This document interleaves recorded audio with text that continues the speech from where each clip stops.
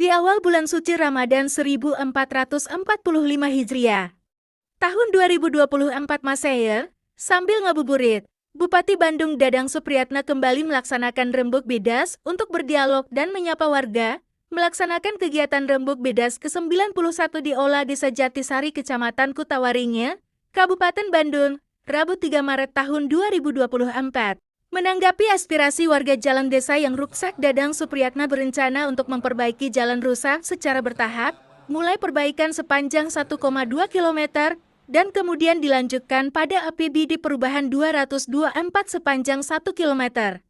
Sisanya tahun depan, katanya. Ayeuna abdi minta satu paket minimal pertunjukan langsung ningali lokasi nu urgent. Dina APBD perubahan abdi minta pengomeankeun 1 kilo 2025 1 kilo eta krek 2,5 kilo lah bener gitu kan panjangnya 4 kilo nya PRW tah enak ku abdi direncanakeun 2,5 kilo dalam kurun waktu tahun ayeuna dan tahun depan.